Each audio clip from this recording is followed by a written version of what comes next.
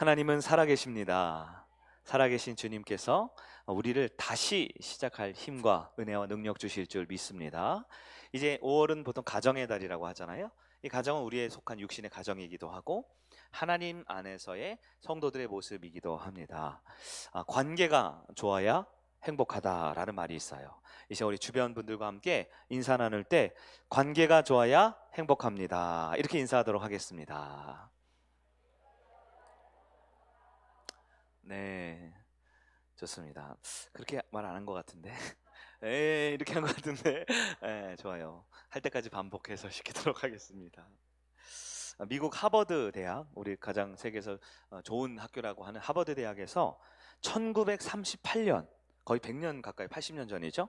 1938년부터 시작된 장기 연구 프로젝트가 있었습니다. 인간의 건강과 행복을 증진하기 위해서 무려 724명을 두 그룹으로 나눠서요 80년 동안 추적하면서 그 사람의 인생을 장기적으로 추적한 이런 연구조사가 있었대요. 대단하죠? 8일도 아니고 8년도 아니고 80년 동안, 그러니까 태어난 모든 사람들의 전 죽을 때까지 인생을 추적한 거예요. 근데 이 724명을 두 그룹으로 나눴는데요. 첫 번째 그룹은 이 하버드에서 연구한 이 하버드 대학 재학생들을 한 350명 정도, 360명 정도를 1차 표본 집단으로 정했고요.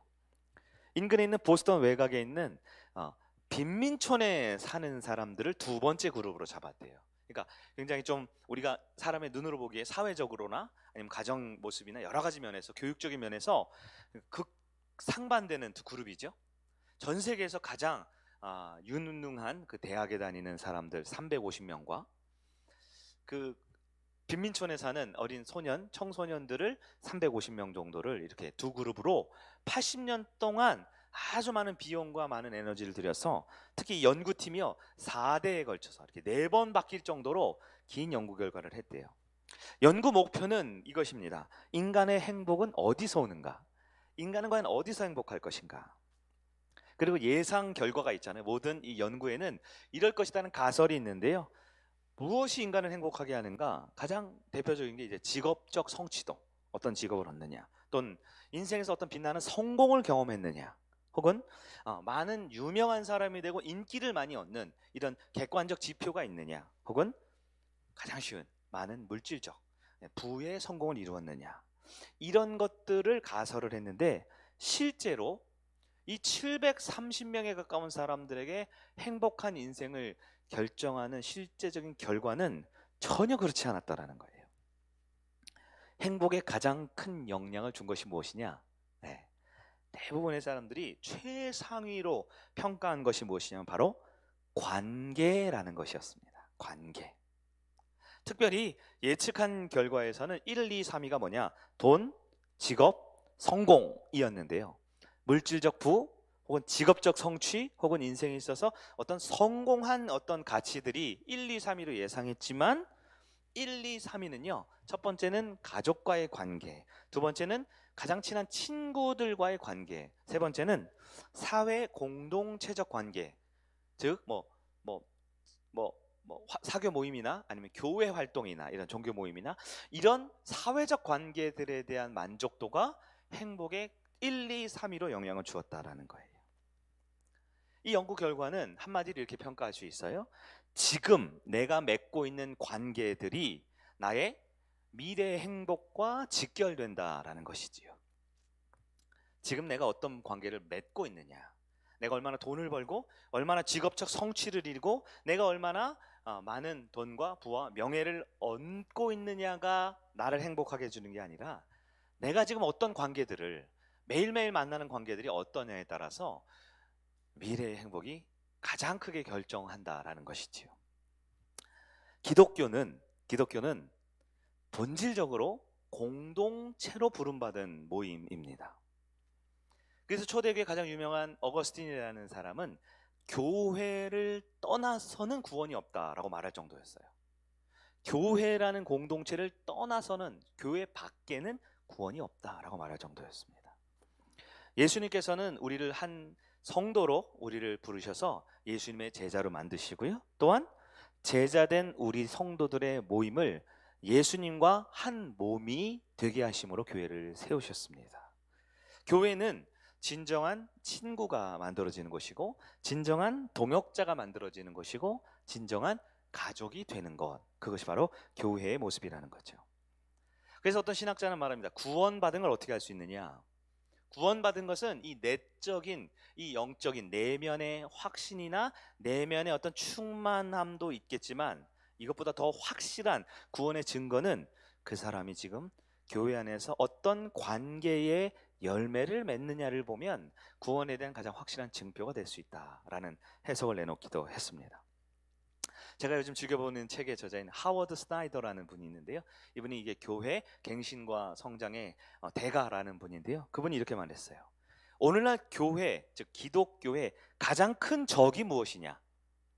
가장 큰 적은 사단 마귀나 아니면 북한 공산 정권이나 이런 것보다 교회의 가장 큰 적은 개인주의다라고 평가했습니다.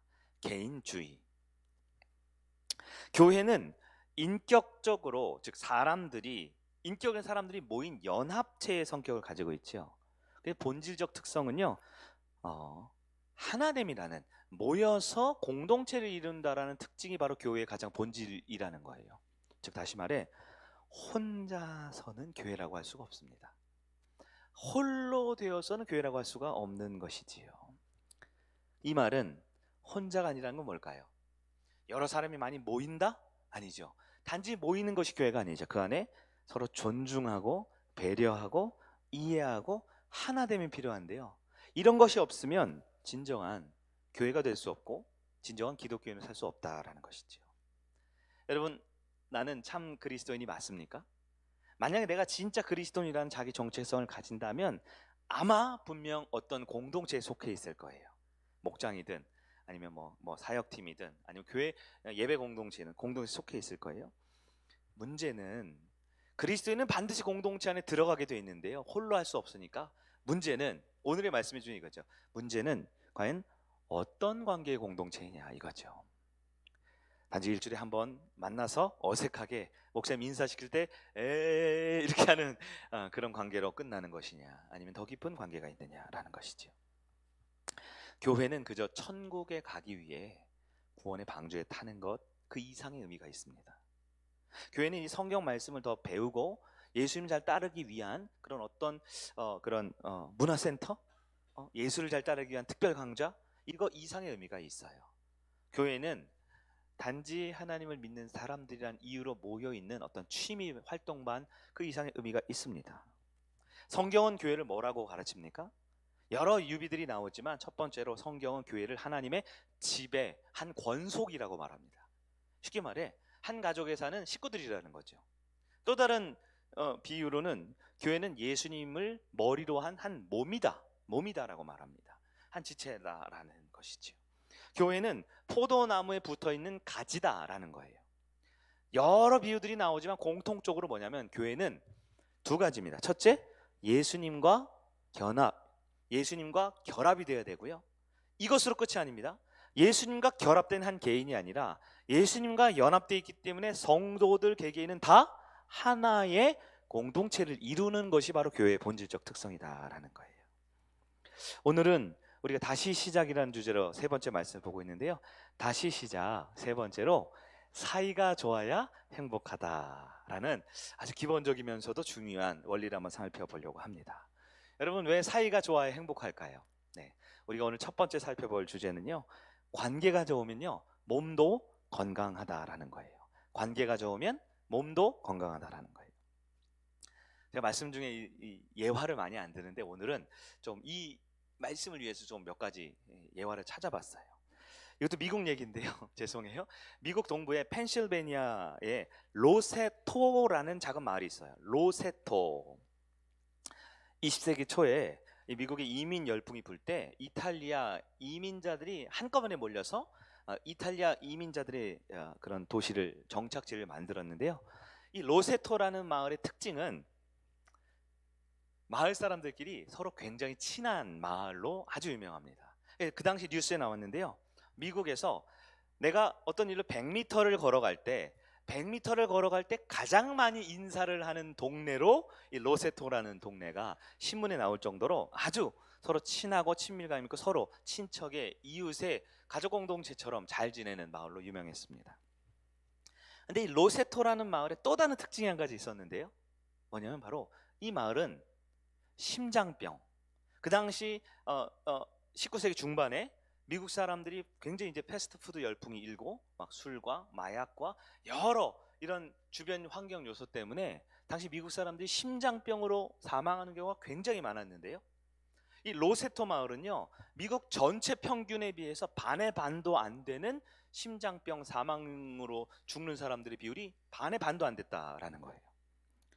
그래서 많은 사람들이 신기하다 싶어서 다른 이탈리아 사람들이 보통 사교적인 분들이 많잖아요. 막 이렇게 가면서.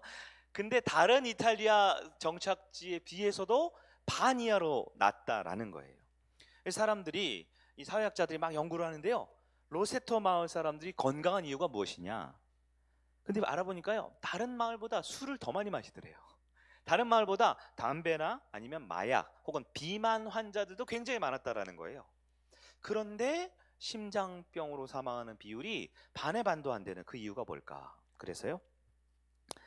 대대적으로 이 마을을 연구한 학계의 연구조사팀이 있었습니다. 1964년, 꽤 오래 전이지만요. 최종적으로 미국 뉴스에도 나올 정도로 과연 이 마을이 어떻게 이렇게 건강한가? 그랬더니 그 결과가 뚜렷한 과학적 근거를 찾을 수 없다라는 거였대요. 뚜렷하게 이 마을이 뭐 더 좋은 물을 마시거나 더 자연 환경이 좋거나 습생 먹고 살아가는 것이 더 좋은 것이 아니다라는 거예요. 다만 거기에 이렇게 부가적으로 이렇게 마지막 멘트가 뭐냐면, 그런데 이 마을은 서로를 굉장히 신뢰하고 서로에게 도움을 주고 매일매일 만나면서 친밀한 관계를 맺는 것이 유일하게 다른 동네와 차이점이었다. 이렇게 써 있었다라는 거예요. 그래서 그냥 하나의 어떤 마을의 이야기로 넘어갈 수도 있지만 이게 실제 미국 의학계의 로세토 효과라고 의학 사전에 실릴 정도로 좋은 공동체와 좋은 관계 맺으면 육체적인 건강에도 굉장히 긍정적이다라는 연구 조사가 발표되었다라는 것입니다. 여러분, 교회는 어떤 곳입니까? 교회는 하나님의 집이라고 했어요. 예수님의 한 몸 된 공동체라고 했어요. 물론 우리 중에는 이제 원근 각체가 오셨어요. 어떤 분은 굉장히 멀리서 오셨어요. 하여튼 우리 성남 이 산 언덕 올라오시기 위해 원근 각체에서 또 다양한 성별, 다양한 생활 방식과 다양한 또 직업, 다양한 연령대 있지요. 삶의 방식이 다르지만 우리가 교회 성도로서 부름 받은 것은요, 하나님께서 불러 주셨기 때문에 우리는 이 자리에 올 수 있습니다. 하나님께서 한 분 한 분을 이 자리에 오시도록 인도하셨기 때문에, 하나님이 허락하지 않았는데 이 자리에 올 수 있거나 혹은 하나님이 예비하셨는데 오지 않을 수는 없는 것이 우리 사람의 모습이잖아요. 하나님께서 우리 다양한 사람을 이 자리에 불러 모으셨다라는 거예요. 그리고 하나님이 원하는 건 한 공동체를 이루라는 겁니다. 말씀을 듣고 예배를 듣고 주님을 찬양하는 것, 그것이 우리 그리스도인, 우리 성도의 하나님의 형상 담은 사람들의 본분이지만 나 혼자 예배드릴 수도 있잖아요. 얼마나 유튜브에 훌륭한 목사님과 좋은 찬양의 그런 내용들이 많아요. 그런데 우리가 시간과 장소와 환경을 초월하여 이 자리에 불러주신 것은 하나님께서 하나님을 만나라고 하는 것도 있지만 또한 예수님과 한 몸이 되는 공동체를 이루라는 주님의 특별한 뜻이 있다라는 거예요. 하나님은 교회의 성도들이 하나 되기를 원하십니다. 가까워지기를 원하세요. 반면 마귀, 사탄은 교회가 뿔뿔이 흩어지기를 원합니다. 그런데 마귀가 실패해서 만약 모였다, 그럼 어떻게 할까요? 무관심하고 개인주의와 나 중심의 가치관과 생각으로 하나님을 만나지도 못하고 성도와 연합되지도 못하고 그저 왔다 갔다 하는 신앙으로 만드는 것이 사단의 가장 중요한 전략인 것이지요. 여러분 어떠합니까? 물론 우리 인간의 본성은요, 아담 이후로 타락하는 우리 인간의 본성은요, 연합하는 것보다 개인주의적 성향이 더 내 본성과 맞아요. 우리 인간의 본성은요, 뭔가 있을 때 나누는 것보다, 나눠주는 것보다 내가 독점하는 것이 더 인간의 본성에 가깝습니다. 내가 누군가를 섬기고 도와주는 것보다 섬김을 받고 싶어 하는 것이 인간의 본성이지요. 무엇보다 모여있을 때 다른 사람 말을 좀 더 들어주고 공감해 주는 것보다 내 이야기를 주구장창하고 내 힘들고 어려운 것만 생각하면 자기 감정을 드러내는 것이 인간의 본성에 더 가깝지요. 그러나 하나님께서는 그렇게 연약하고 다양한 사람들이지만 모여서 예수님을 닮으라고 우리를 불러주셨습니다. 한 사람이 어떤 일을 할 때 한 10년 정도 하면 전문가가 된다 그러더라고요. 그렇죠? 10년 정도 전문가가 된다 그랬죠. 근데 제가 생각해 보니까 한 인간으로서 어떤 일을 제일 많이 하냐니까 제일 많이 하는 것 중에 하나가 먹는 거예요. 먹는 거. 아침, 점심, 저녁 삼시세끼를 꼬박 먹고 간식도 먹고 후식도 먹고 디저트도 먹고 우리는 그러잖아요. 계속 먹지요. 네. 그런데요, 제가 어제 있었던 일인데요, 그렇게 제가 40년 동안 40년 넘게 먹기 전문가로 살았는데 그렇게 잘 먹고 그렇게 전문적으로 제가 잘 먹는데 제 혀를 깨물더라고요. 제 혀를 깨물더라고요. 전문가가 이게 원숭이가 나무에 떨어진 거죠. 뭐냐? 그렇게 내가 익숙하고 반복적이고 자다가도 먹을 수 있는 그런 아주 전문적인 저의 능력이 있음에도 불구하고 제 이 혀 하나 가끔 다스리지 못할 때가 있는 거예요.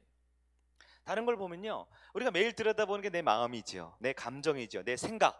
내 감정, 내 마음, 내 생각은 누구 거예요? 내 거죠. 다른 사람이 내 생각 알 수 있어요? 늘 들여다보는 게 내 마음이지요, 내 감정이지요. 근데 참 요상한 일은 내 마음이 내 마음대로 안 되는 거예요. 내 생각이 내 생각대로 정리가 안 됩니다. 내 감정이 내 감정대로 안 돼요. 그래서 요즘에 TV에 유명한 말이 있죠. 감정이 기분이 태도가 되면 안 됩니다. 근데 우리는 다 감정이 태도가 돼요.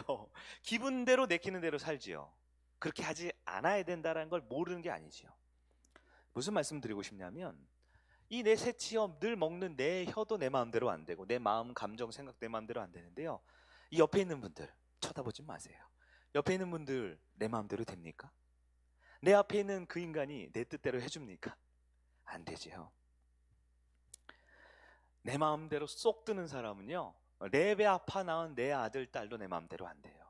그렇게 열렬히 사랑해서 만난 내 남편과 아내도 내 마음대로 안 돼요. 나도 내 마음대로 안 돼요. 그렇기 때문에 모든 인간들은 갈등이 있어요. 모든 인간들은요, 의견이 대립됩니다. 모든 인간들은요, 분리하고 싶어 하고요, 개인주의, 나만의 시간과 나만의 공간을 원하는 것이 인간의 본성이에요. 성도라고 해서 다른가요? 우리 중에 분명 장점도 있겠지만 단점이 아주 많죠. 우리 강점도 있지만 약점은 너무너무 많지요. 여러분, 교회는 단점이 없는 곳이 아닙니다. 교회는 약점이 없는 곳이 아니에요. 문제 없는 사람들이 교회가 아닙니다. 교회는 뭐예요? 그럼에도 불구하고 하나 되는 것이 교회입니다. 그럼에도 불구하고 받아주는 것이 교회예요. 그럼에도 불구하고 져주는 것이 바로 교회입니다. 세상은 절대 지지 말라 그러잖아요. 교회는 지라 그래요. 양보하라 그래요. 포기하라 그래요. 희생하라 그래요. 못 본 척, 못 들은 척, 못 알아듣는 척 하면서 넘어가라고 합니다. 왜요? 가장 중요한 두 가지 목적이 있죠. 교회는 예수님과 한 몸이 되어야 되는 첫 번째죠. 구원의 사명이 있고요. 두 번째, 구원받은 자녀들이 한 공동체를 이루어야 할 교회의 본질적 사명이 있기 때문에 그렇습니다. 여러분, 성도라면 반드시 기억해야 합니다. 우리는 예수와 하나 되기 위해 이 자리에 모였고요, 또한 동시에 내 옆에 나와 다른 그와 하나 되기 위해 교회에 모였다라는 것을 기억하시기를 바랍니다. 그래서 교회 가장 기본 단위가 뭐냐? 개인이 아니에요. 교회 최소 단위는 목장입니다. 구역이라고 해도 되고요, 뭐 순이라고 해도 되고요, 뭐 사랑의 교회는 다락방이라고 해도 돼요. 그러나 교회의 최소 단위는 내가 아닙니다. 교회 최소 단위는 목장이고 공동체입니다. 목장에 속하지 않은 분들, 혹은 목장에 속했으나 소통이 없는 분들, 교회가 되시기를 주의 이름으로 축원합니다. 두 번째, 하나님은 교회를 서로 돌보라고 만드셨다라는 것입니다. 예수님이 교회를 세우셨죠? 네, 목사님이 세운 게 아니고 우리 신앙의 선조들이 세운 게 아니라 예수께서 친히 세우셨습니다. 성경을 한 절 볼까요? 마태복음 16장 18절입니다. 우리 함께 화면에 있는 말씀이니까 한번 보기를 원합니다. 시작. 또 내가 내게 이르노니 너는 베드로라. 내가 이 반석 위에 내 교회를 세우리니 음부의 권세가 이기지 못하리라. 아멘. 악한 마귀가 교회를 이긴다고요? 못 이긴다고요? 성도 한 명은 사탄에게 질 수 있지만 교회는 마귀에게 질 수가 없어요. 왜냐하면 예수님이 머리 되시고 예수님이 세우셨으니까. 우리가 이기려면 교회가 되어야겠지요. 근데요, 예수님이 이 땅에 계실 때는 교회가 필요가 없었습니다. 왜요? 예수님이 우리와 함께 하셨잖아요. 예수님이, 하나님이신 예수님이 우리와 함께 하셨다. 이것을 고상한 말로 뭐라 그랬죠? 어떻게 이렇게 총명하십니까? 임마누엘이라고 했어요. 임마누엘. 그런데 지금은 교회가 필요합니다. 여러분, 예수님이 사역할 때도 교회가 있었어요? 구약에는 교회가 없었어요. 성경 역사적으로 예수님이 사역할 때도 교회가 없었습니다. 교회가 언제 생겨요? 예수님이 승천하신 이후에 교회가 주어졌어요. 교회가. 그럼 교회가 오늘 왜 필요합니까? 사람들이 생각이 1차적으로 구원 얻기 위해서죠. 근데 여러분, 구원은요, 교회에서 받는 게 아니라 구원은 예수님을 통해 받습니다. 성령을 받으면 구원을 받을 수 있는 거예요. 물론 교회를 통해 구원이 이루어지지만 교회 공동체나 목회자나 우리 목장이 나를 구원시키는 게 아니라 하나님이신 예수님이 우리를 구원시키심을 꼭 기억하셔야 합니다. 근데 그럼 교회가 왜 필요해요? 교회가 왜 필요해요? 하나님께서 성도와 함께 하신다, 즉 임마누엘 하신다 그랬는데요, 성경의 여러 증거들과 약속들을 보면 성도 한 분 한 분 개인과 함께 한다라고 약속해 주지 않았다 그랬어요. 하나님께 성도와 함께 하신다, 임마누엘 하나님 누구와 함께 하신다라고 성경에 되어 있어요? 교회 공동체와 함께 한다라는 거예요. 궁금하시면 지난주 금요예배 설교를 들어보시면 돼요. 그 얘기만 우리가 1시간 동안 했잖아요. 마태복음 28장 19절 20절, 우리 가장 유명한 이 대지상 명령인데요, 우리 하나님의 사명도 있지만 그 사명이 어떻게 주어지냐 한번 볼까요? 우리 화면에 있습니다. 시작. 그러므로 너희는 가서 모든 민족을 제자로 삼아 아버지와 아들과 성령의 이름으로 세례를 베풀고 내가 너희에게 분부한 모든 것을 가르쳐 지키게 하라. 볼지어다 내가 세상 끝날까지 너희와 항상 함께 있으리라 하시니라. 아멘. 마태복음 마지막 절에 예수님께서 세상 끝날까지 함께 하신다 그랬죠. 너와 함께 한다 그랬어요? 너희와 함께 한다 그랬어요? 너희와. 이게 임마누엘이거든요. 하나님이 우리와 함께 하시다는 거예요. 하나님이 나 개인만, 다 필요 없어, 내가 1등이야, 나만 잘 되면 돼 하는 게 임마누엘이 아니에요. 하나님은 우리와 함께 하신다라는 건데요, 우리와 함께 하시기 위해서 어떤 과정이 필요해요? 우리가 있는 20절 바로 앞에 우리 19절 한 번만 더 보여주시겠어요? 어떻게 해요? 너희는 가서 제자 삼고 세례 베풀고 가르치고 지키게 하라고요. 이게 뭘까요? 이게 뭐라고 그랬어요? 제자 삼고 가르치고 지키게 하고 세례 베풀고, 이게 교회가 되라라는 거예요. 내가 혼자 제자 삼고 내가 가르치고 내가 세례 주고 그럼 이단이지요. 네, 네. 교회가 되라는 거예요. 즉 성도들이 개개인 활동이 아니라 교회로서 하나가 될 때 예수님이 임마누엘 함께 하신다 약속해 주셨다라는 거예요. 여러분 기억하십시오. 교회는 예수님이 함께 하시겠다고 한 믿음의 공동체입니다. 혼자서는 예수를 못 믿어요. 혼자서는 제자로 성숙할 수가 없어요. 혼자서는 구원에 이르는 참된 성숙에 이룰 수가 없습니다. 그러므로 성도는 반드시 교회 공동체의 하나가 되어야만 하는 거예요. 그래야만 하나님 함께 해주시는 거예요. 혹시 혼자 신앙생활한다, 혼자 예배드린다는 분 있어요? 너무 죄송하지만 모르긴 몰라도 분명히 하나님이 없을 거예요. 하나님의 은혜를 못 받습니다. 일주일에 한번 예배만 드린다고요? 목장 모임에 그냥 이렇게 형식적으로 자리만 차지한다고요? 저는 그분과 얘기를 못 해봤지만 분명 은혜를 못 받을걸요. 분명 하나님이 함께 하신 모를걸요. 왜요? 하나님은 공동체에 역사하시는 분이거든요. 교회는 서로 돌보고 그래서 사랑하라고 주어진 존재예요.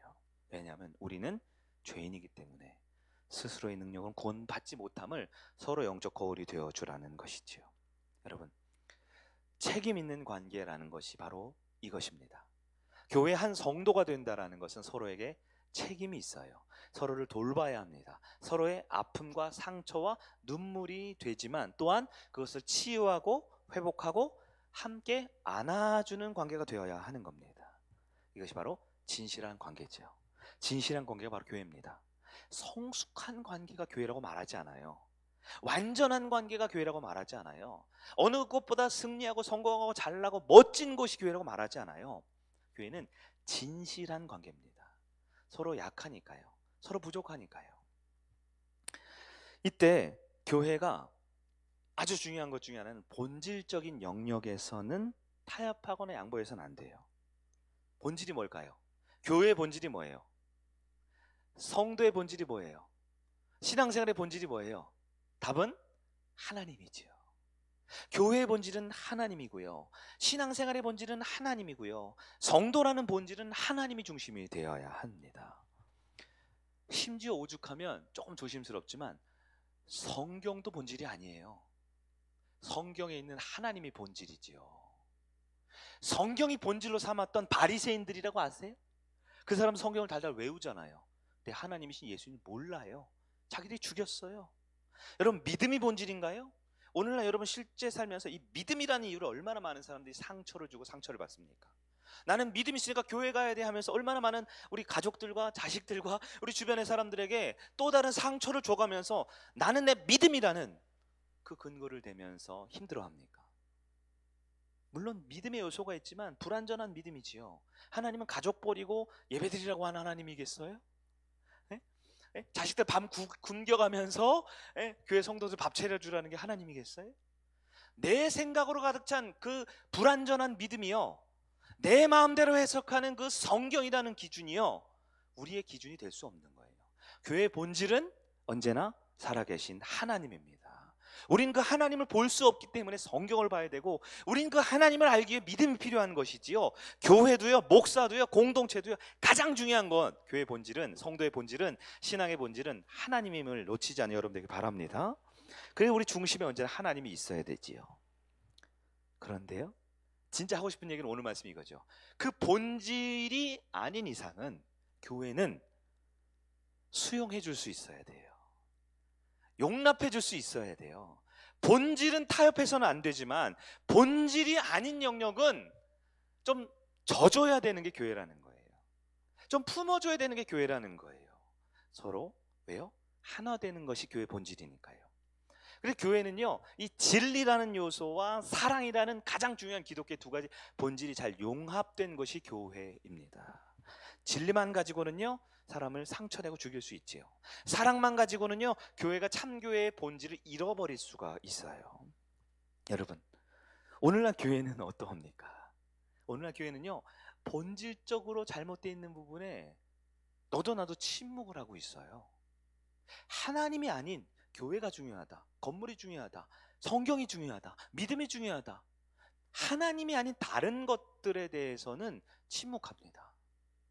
그런데 사실 우리 주변만 봐도 어때요? 본질이 아는 영역인데도 불구하고 목숨 걸고 싸우지요.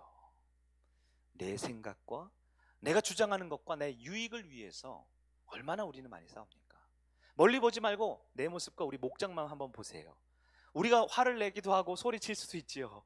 근데 본질적인 영역에서 진리를 추구하고 사랑하기 위해서 그렇게 화내고 있습니까? 하나도 중요하지 않은 비본질적인 것에 내 목소리를 내고 있습니까? 여러분, 진리를 위해서는 목숨 걸고 싸워야 됩니다. 하지만 개인을 위해서, 소위 말해 개인주의를 위해서는 서로 내려놓는 것이 교회의 본질입니다. 여러분, 하나님은 서로 돌보라고 교회를 주셨어요. 딱 봐도 김 목사 같은 사람은 혼자는 절대 구원 못 받을 것 같이 생겨 먹었거든요. 그래서 저를 우리 성도님들과 함께 한 교회를 만들어 주셨어요. 여러분 어떠세요? 여러분은 혼자의 능력과 힘으로 구원받을 자신 있으십니까? 우리 하나님의 방법은 그렇지 않아요. 서로 모자르고 부족한 모습을 통해 서로 채워주고 채움받는 영적인 교제를 통하여 예수와 연합된 성도들이 교회와 연합되게 하셔서 구원을 이루게 하고 주님의 제자로 살아가게 하심을 기억하길 바랍니다. 교회는 서로 돌보라고 주어졌어요. 오늘 성경 이야기를 잠깐 할까요? 다윗과 요나단은 진실한 관계였습니다.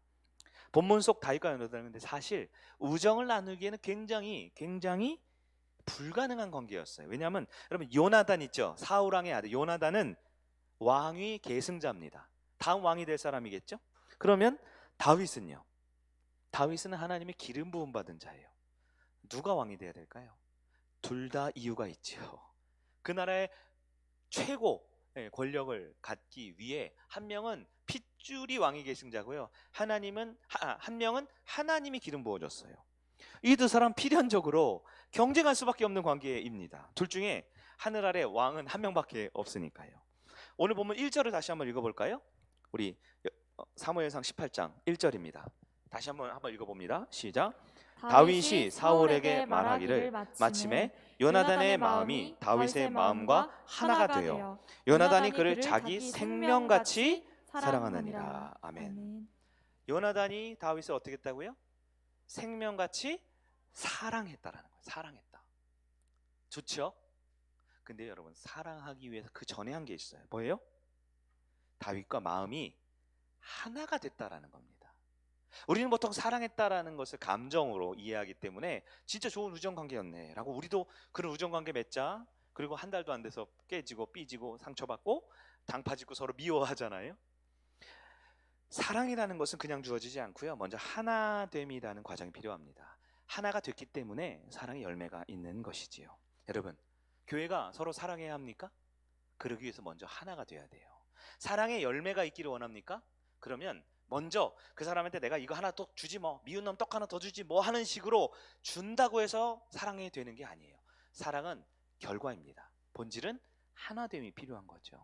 4절을 한번 볼까요? 4절 시작.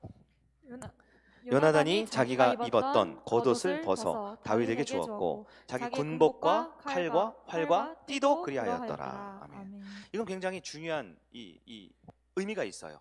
겉옷을 주었다. 아니 춥고 배고프고 도망자니까 겉옷은 줄 수 있지요. 근데 뭐까지 줬어요? 군복을 벗어줬어요. 군복을 왜 줬을까요? 겉옷을 주는 건 이해는 군복을 왜 줬어요? 게다가 칼과 활과 뭐까지요? 띠를 줬다라는 거예요. 이게 뭡니까? 지금 요나단은 왕위 계승 1위 서열 있는 사람으로 황태자 혹은 뭐 왕세자 위치에 있겠죠. 그가 가진 겉옷과 군복과 활과 칼과 띠까지 주었다라는 것은 자신의 왕좌를 이양했다라는 거예요.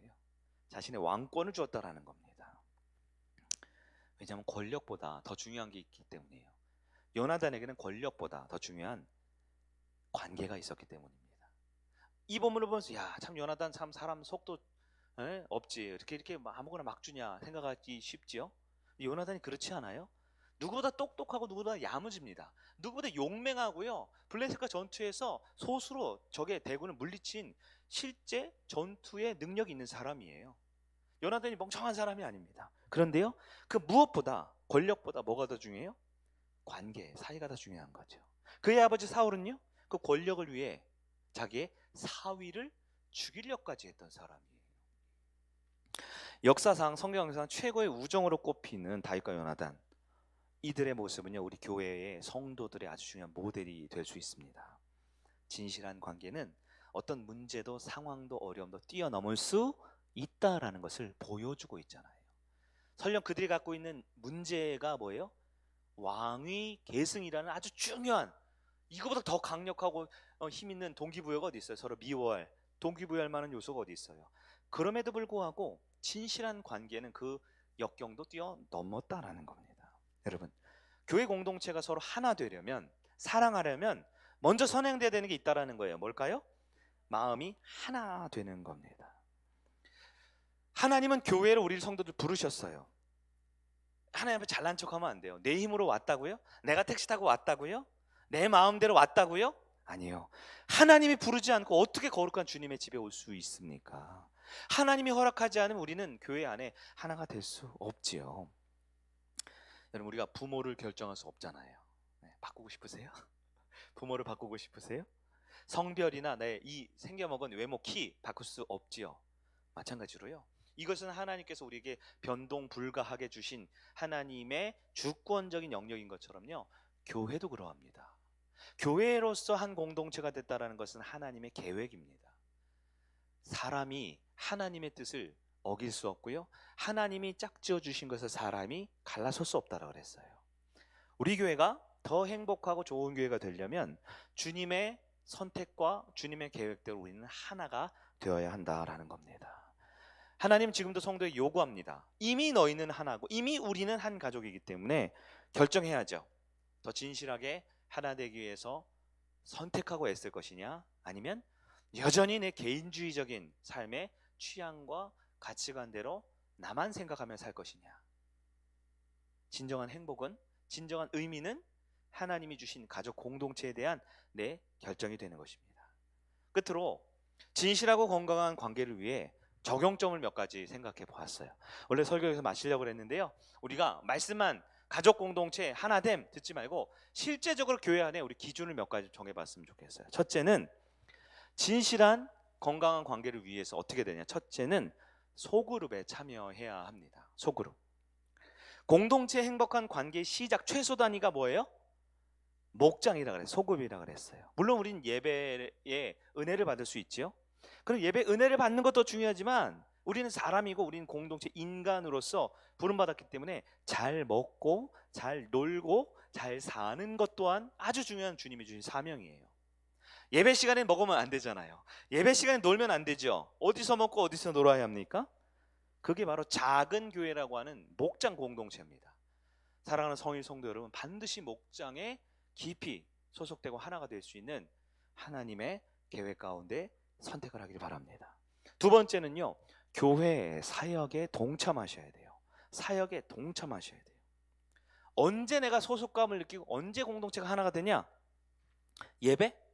물론 예배도 주 안에 우리는 하나이지요. 그러나 예배라는 것은요, 일방적으로 주님이 주신 계시에 의존적으로 받아들이는 수용의 시간이지요. 예배 시간에 설교 중에 저가 얘기할 때 주님이 저를 통해 말씀하시 여러분이 대꾸하거나 의기 있습니다 그러면 안 되잖아요.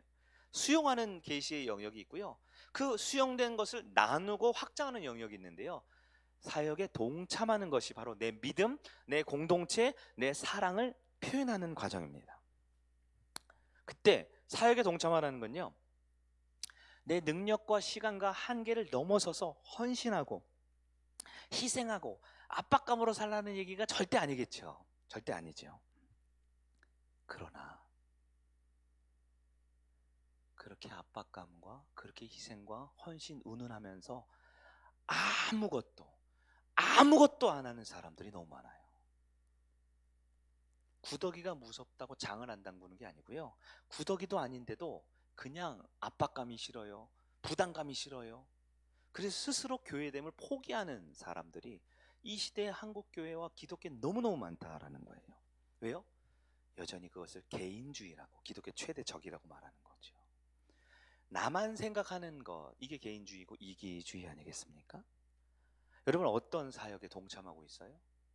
어떤 분들은 내가 이 사역 너무 힘들고 바빠서요. 힘들고 바쁘면 못할 수 있지요. 너무 부담되고 너무 괴로워서요. 그러면 당연히 쉬셔야죠. 그런데 압박감과 힘들고 어려웠기 때문에 줄 수는 있지만 아무것도 안 하면 나는 아무것도 아니에요. 교회는 돈이 없고 사람이 없어서 우리에게 사역을 하자는 게 아니에요. 이것이 바로 하나님의 집이기 때문입니다. 우리가 목장 단위의 최소 사역이 뭘까요? 우리 예배팀도 있고 찬양단도 있고 안내팀, 차량부, 우리 팀에 14개 팀이 있어요. 그 14개 팀장님들 중심으로 사역이 돌아가는데요, 굉장히 잘 돌아가고 있죠. 근데요, 그런 전문 사역도 좋지만 가장 기본적인 게 뭐예요? 목장 안에서 우리가 2달에 한 번, 3달에 한 번 교회를 한번 사랑하고 섬기는 거죠. 그래서 토요일날 청소를 하고 주일날 설거지, 식사할 때 설거지. 여러분 매주 밥하는 분들도 있는데, 매주 그거 치우는 분들도 있는데요, 여러분 우리 목장이 12개예요. 12개. 그중에 이런저런 이유로 아이들하고 우리 농어사님들은 좀 이렇게 열애시켜 드리지만 10개 목장 있거든요. 그러면 단순히 따져도 2달 반에서 3달에 한 번씩 돌아오거든요. 1년에 4번에서 6번이에요. 근데 그 청소 한 번은 안 하는 분들이 있대요. 너무너무 안타까워요. 왜 안타깝냐? 일손이 없어서요? 아니에요. 설거지할 때 사람이 모자라서? 아니에요. 교회 될 수 있는 은혜가 있는데, 교회 될 수 있는 최소한 기회가 있는데 그거를 안 해요. 그거를. 목사님 지금 청소 안 했다고 화내는 게 아니고, 그래서 가끔 목자들이 제가 제일 많이 화내는 게 뭐예요? 목자들이 혼자 청소하면 제가 화내죠. 청소를 잘 못해도 괜찮아요. 청소가 조금 한 5분만 하고 밥 먹으라도 괜찮아요. 근데 목자 혼자 청소하면 제가 화내죠. 근데 꿋꿋이 주여 여기가 조사원이 하고 목자 혼자 청소를 3시간씩 하더라고요.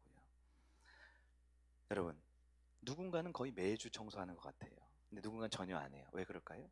여러분, 교회가 되십시오. 1년에 4번에서 6번입니다. 그 기준도 데이트한다고 바쁘고 회사 일 있다 바쁘고 몸이 아프다고 바쁘고 그래서 못하는, 그렇게 안타까운, 누가 보기에도 이기적이고 개인주의적인 모습을 우리가 이겨내야 되지 않겠습니까? 세 번째로, 진실하고 건강한 관계가 되려면 말씀 나눔을, 묵상 나눔을 꼭 하셔야 돼요. 우리 주중에 매일 묵상하고 주중 그 성경 통독하지요.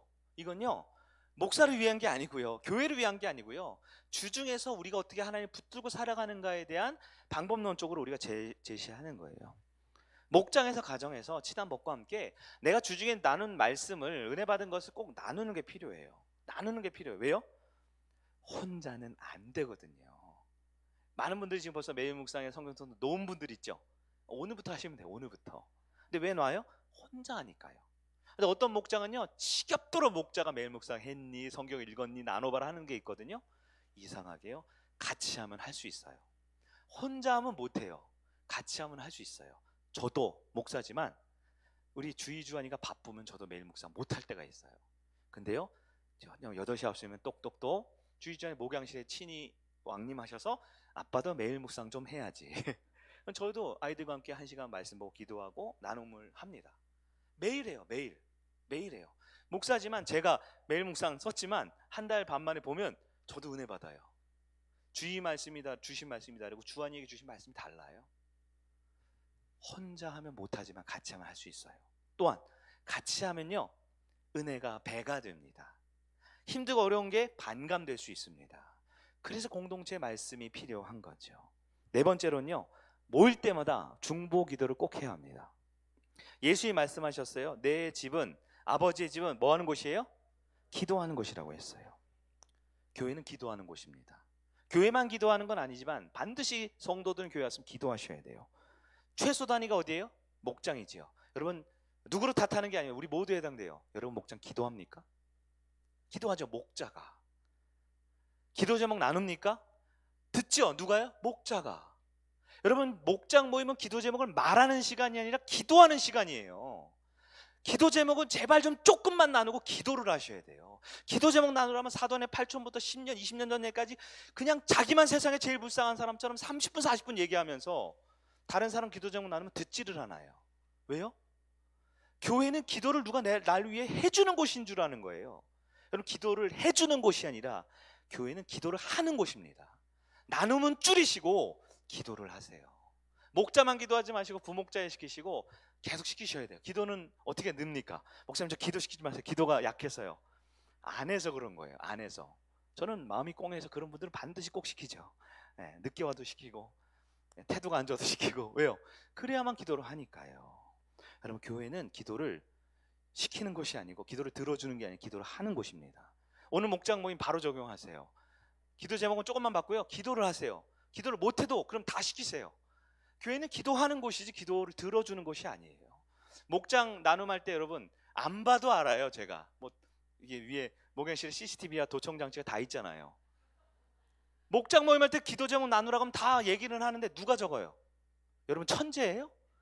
그렇게 은혜롭게 다 들을 수도 있죠. 제가 보기엔 목자만 적는 것 같아요. 왜? 목장 보고서를 내야 하니까. 누가 기도합니까? 내 형편과 어려움 나누는 곳이 교회가 아니고요, 기도하는 곳입니다. 그리고 여러분 꼭 기억하세요. 목장에서 기도하면 하나님 응답해 주세요.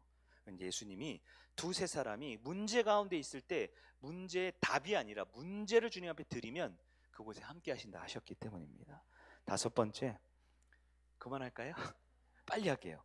모든 성도에게 인사하고 악수를 나누셔야 합니다. 자꾸 바라지만 마세요. 뭐냐? 교제하고 나누라고 하면 누가 나한테 와주기를 바래요. 인사해주기를 바래요. 그러면서 멀리서 이렇게 딱 째려보죠. 나는 와주길 바라는 건데 새 가족들한테 물어보세요. 무섭대요. 왜 나만 보고 그렇게 째려보고 전 성도가 다 째려본대요. 여러분, 악수를 해야 합니다. 이제 코로나 다 해제됐나요? 오늘부터 남자분들은 다 악수하고 여자분들 악수하세요. 안아줘도 좋아요. 이제 거리두기 끝났으니까 우린 더 조심하고 하지만 악수하세요. 불안하면 손소독하고 악수하세요. 내가 먼저 가야 합니다. 마지막 6번째, 5가지는 다 하라는 거예요. 소그룹하고 사역하고 말씀 나누고 기도하고 악수하라 그랬어요. 근데 교회가 하나 되려면 하지 말아야 될 게 있습니다. 뭐예요? 돈 거래나 세속적인 활동을 하면 안 됩니다.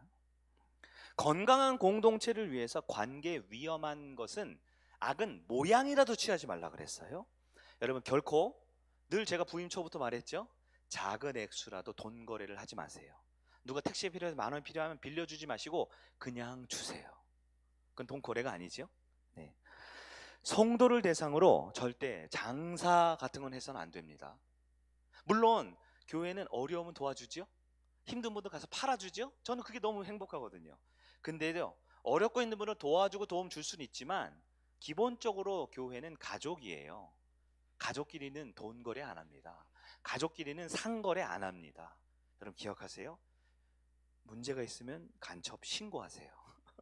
돈 거래하거나 상거래하면 안 됩니다. 혹시 너무 어려운 분이 있으면 교회가 도와드리고 성도들이 도와줄 수는 있어요. 그러나 가족끼리 돈 거래하고 상거래하면 문제가 너무 커집니다. 여기까지만 하고 말씀을 마치도록 할게요. 네. 교회가 이 땅에 왜 필요할까요? 예수님 다시 오셔서 완전한 천국 임할 때까지 우리는 사탄, 마귀와 대항해 싸워야 하기 때문에 그렇습니다. 분명한 건 나 혼자는 이길 수가 없어요. 혼자는 세상의 악한 영을 이겨낼 수가 없습니다. 그러나 그렇기 때문에 주님이 우리를 위해서 주님이 머리 대신 교회를 이루어 주셨어요. 혼자는 안 되지만 교회가 하나가 되면 이길 수 있습니다. 음부의 권세가 이기지 못하리라 주님이 선언하셨어요. 여러분, 최근 기독교가 너무너무 세속화되고 있죠. 힘을 잃어가죠. 우리 아까 안수 집사님도 기독교가 힘을 잃어가는 시대라고 한탄하셨어요. 그 증거가 뭐예요? 개인주의입니다. 그 증거가 뭐예요? 이 비대면에 따른 영상문화 이런 거죠. 여러분, 오늘도 우리가 코로나 환자 또 멀리 어쩔 수 없는 분들을 위해서 영상 예배를 준비하지만 이것은 최소한의 은혜의 방편이지요. 이것이 기본이 되면 안 돼요. 교회가 말씀과 예배와 은혜가 소비주의로 내가 뭘 접속해서 뭔가를 빨리 얻어내고 내가 잠깐 와서 뭔가 은혜를 얻어가는 소비주의가 되면 안 돼요. 교회의 본질은 공동체성입니다. 물론 내 성향은 함께하는 것보다 혼자 하는 게 더 좋다 할 수도 있지요. 그러나 혼자 하는 것이 내 성향이지만 교회는 모이는 것보다 따로 있는 것이 좋다, 명백한 마귀의 유혹입니다. 하나님은 개인이 아니라 공동체에 부르셨고요, 개인이 아니라 공동체의 구원과 은혜를 주기로 계획하셨거든요. 가족이 되는 건 쉽지가 않습니다. 나를 낮춰야 돼요. 내가 손해봐야 됩니다. 억울하지만 나만 억울하면 되지 하는 마음이 필요한 거예요. 진짜 공동체가 됩시다. 진짜 공동체가 됩시다. 우리는 못났으니까요. 우린 부족하니까요. 그걸 인정할 때 서로에게 압박감이나 뭔가를 뜯어내거나 엄청나게 희생 요구하지 않아도 우리 모두가 작지만 진짜 생명력 있는 가족으로 살아내는, 그래서 주님께 칭찬받는 진정한 사이좋은 우리 성의교회가 되길 간절히 축원합니다.